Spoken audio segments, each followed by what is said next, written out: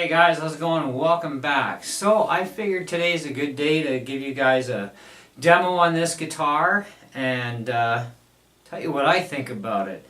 So this is the new Taylor 114 CE. This is the walnut version, which is really nice. Really loving this thing.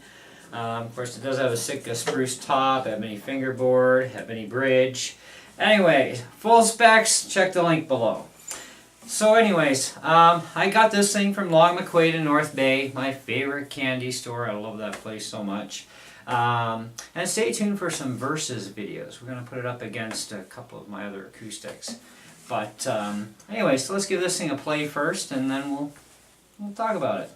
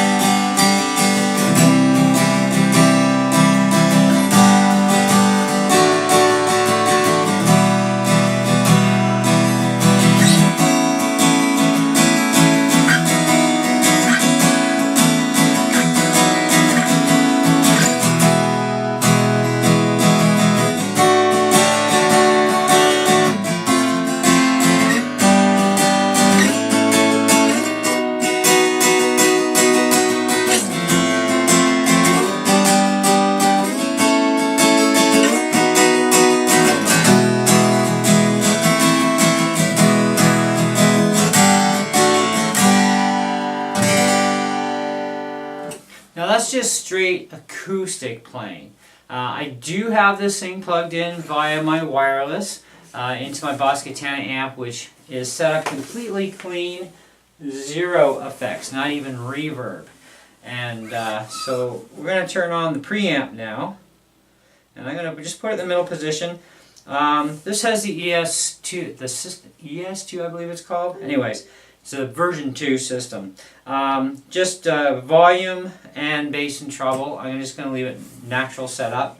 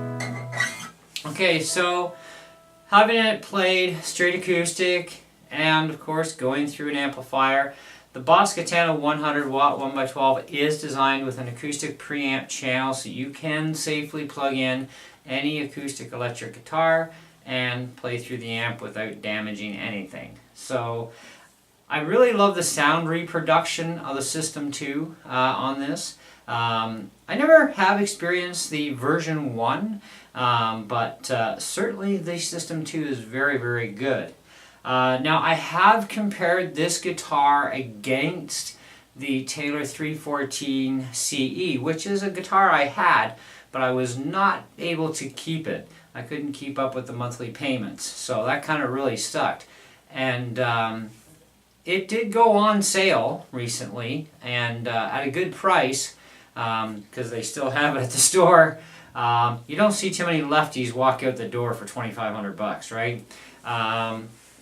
It takes a while. So anyways, I head on for $2,000. I was going to buy it back, but it was going to really push, you know, the envelope, and I thought, I can't do this, so what are my other options? So I looked at a regular regular E, 114E, which is a dreadnought version of this same guitar, so no cutaway, but still had the electrics, and really beautiful sounding instrument. And but they were able to get me a cutaway version, which is what I wanted. If I'm going to spend a bunch of money on a Taylor, there's no way I'm going to sell it for anything less than a cutaway. And this thing, you know, against the 314, looks very much identical. Of course, this has a satin finish. The 314 is full gloss. And if I remember rightly, the pick guard is also different as well as far as color goes. But otherwise, very difficult to tell them apart. Of course, other than back and sides, you know, same top though.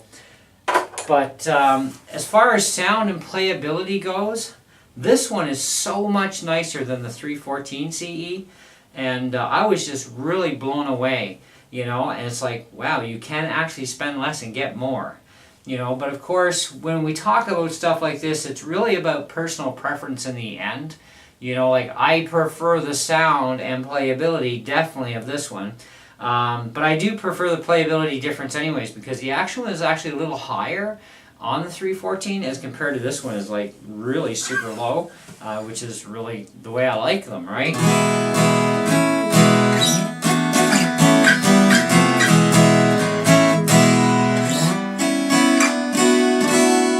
But very, very beautiful system. Both of them have the same pickup system too. Anyway, but as far as this thing goes, for what I paid for it, like brand spanking new, I got to open the box myself for a change. You know, I really like it. I also like the ebony top, I guess you'd call it an inlay overlay on the headstock. It is actually a chunk of ebony that they've put on there. And it's like, well, that kind of flows with the whole ebony and everything else. It's too bad they didn't put in ebony bridge pins. These are plastic, but I am going to switch them out to ebony whenever I decide to change the strings. And these are the factory strings, and they're clean as a whistle because brand spanking new, right? So I got to actually take this one out of the box myself. These are Elixir Nano Web 1253s, which is what they consider to be a light gauge string. I actually consider 1152 to be light, but hey, you know, I do like these gauge of strings though. They are really nice.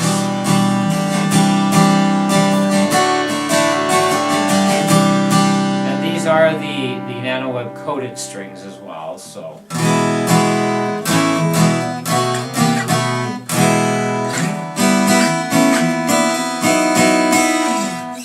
But yeah, overall, it does have an arch back on it as well, so you won't see any kind of framing on the bottom, right? Does have a forward shifted brace system, which is nice as well.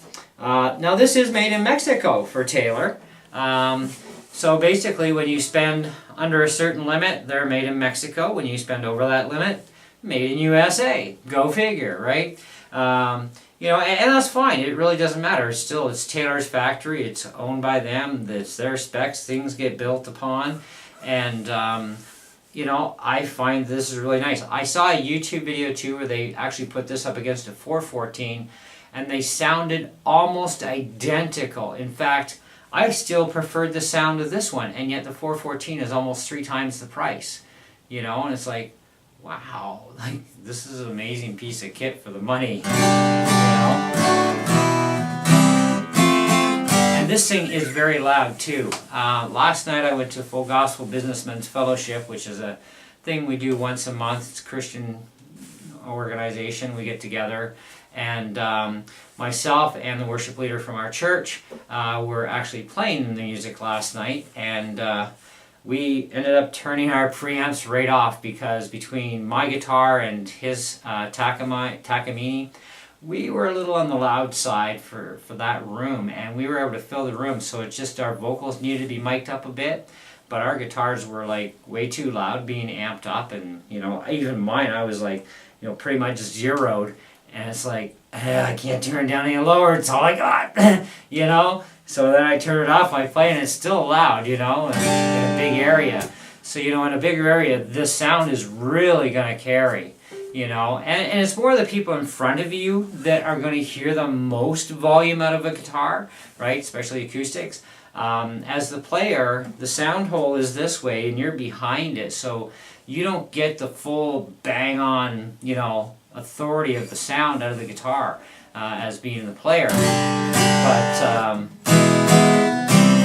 and I use a light pick, actually. I use a 0.46 mil, but I got some of these 0.56 mil Cat's picks, so I'm gonna give you a little bit of the guitar on it, because a pick will change the sound of your guitar a bit too.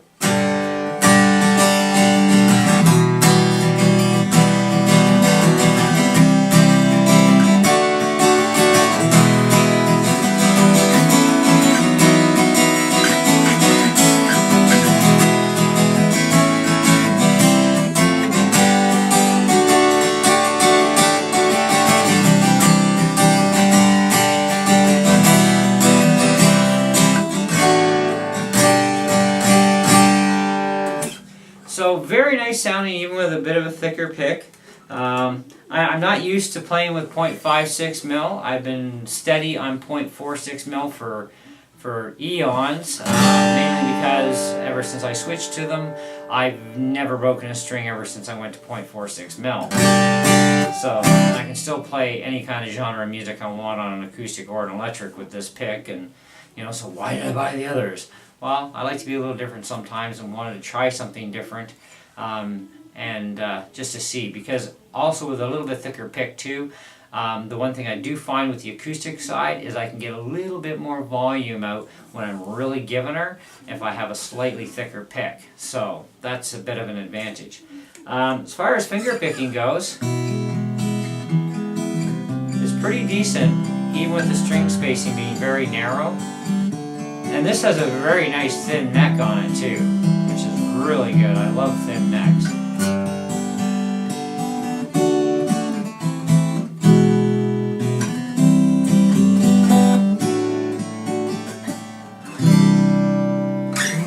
So anyways, it's not perfect, nothing ever is. The price was just amazing. I am in Canada, so I pay a little bit more than you guys in the US. But it's still a great price. I believe it was $11.99, if I remember right, for this thing. Around that area. And that's before tax, of course.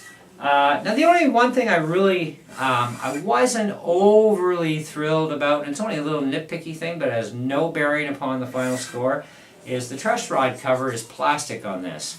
And so I was in at Long and McCoy today, and I says, you know, can you get me a wooden one? Because I really like the look of the wooden ones, right?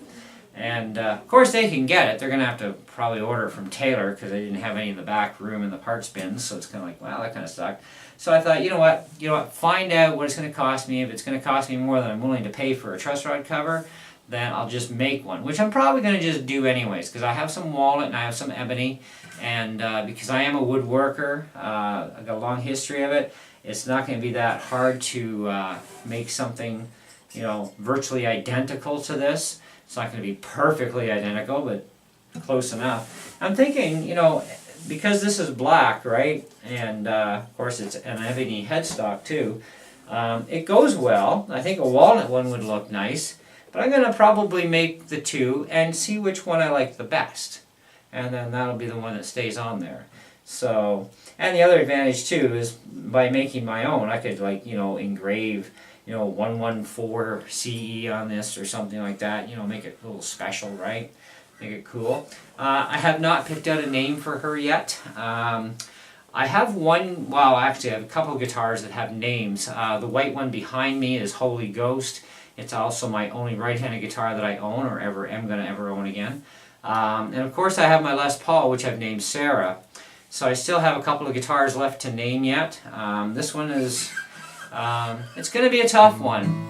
You know, I got to play the guitar for a while and really get into it and just see, you know.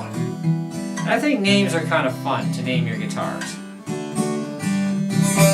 So anyways, my overall feeling on this thing as far as star rating goes, it has what I would call a virtually flawless finish, because nothing is ever 100% perfect anyways. But I can't really fault anything on this guitar for finish-wise. It looks really awesome.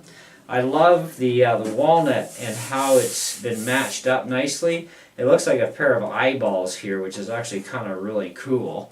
I thought that was quite unique. But I like the arch back design.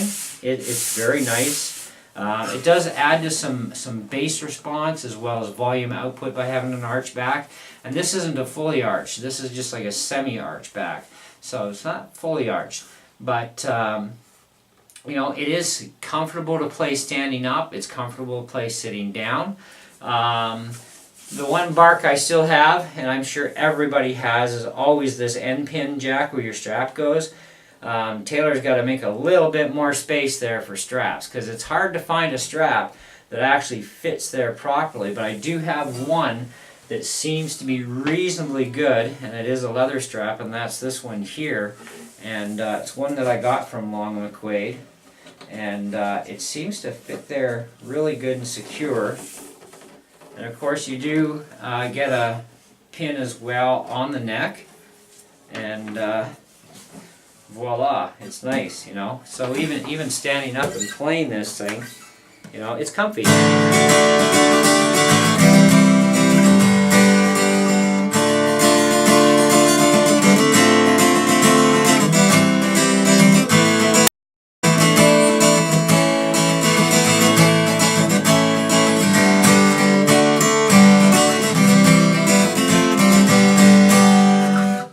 So yeah, it's an awesome rig. I would say, you know, overall score on this thing for me, I would put this thing at an easy 4.5 out of 5. You know, like I said, half point is mainly just because it's not perfect. You know, that's kind of where I am, because I'm not counting my pet peeve on the truss rod cover. And I'd probably say a little tiny bit of that, you know, that last bit of that half star would be the M pin jack. They need a little bit more spacing to support better straps, because we all can't tolerate a thin strap. A lot of people don't like thin straps. They like something a little bit more thicker for the hookups. But for me, this is fine. Actually, to be quite honest, compared to my Taylor strap, which is a strap I had bought when I had my 314, this strap is much thinner. So I actually used that Taylor strap on my my Gibson Les Paul on Sarah, and works great for that guitar because it's a very heavy guitar. So this with the thinner strap is a very comfortable strap, and I like it. You know, and I don't need a thick strap because this thing doesn't weigh hardly anything. Like, it's so light, it's crazy. But the walnut back and sides are really nice too. You know, like I said. But yeah, 4.5 out of 5 is where I'm at. Do I recommend this thing? Definitely recommend it. But it's, of course, based upon your own preference if you like the sound. Now, a lot of your sound, too, in any guitar a lot of it is dictated by your strings. I have experimented in the past on well, all my guitars, but even my 314. I had a string change where I went over to a different gauge, different style of string, and it does drastically change the sound, you know. But I love the sound of the nano webs, you know, they're great.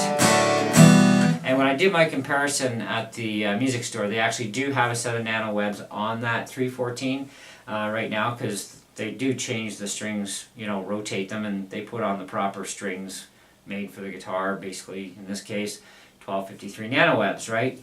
So I got to do a fair comparison that way, string to string, and yeah, I prefer the sound of this one so much better. The playability so much better than the 314, and the 314 is almost double the, well, actually it is double the money, because it's normally like $2,500 and it's on sale for like $2,000 right now. So it's almost double at this point, but still, you know, you put something like this up against something almost twice the price or twice the price, and this thing wins. I'm okay with that, you know. Might not win for you, but it wins for me, right? So, but, and I did watch a lot of videos on this guitar, as well as the older version, because I have an older version of the 114 CE as well.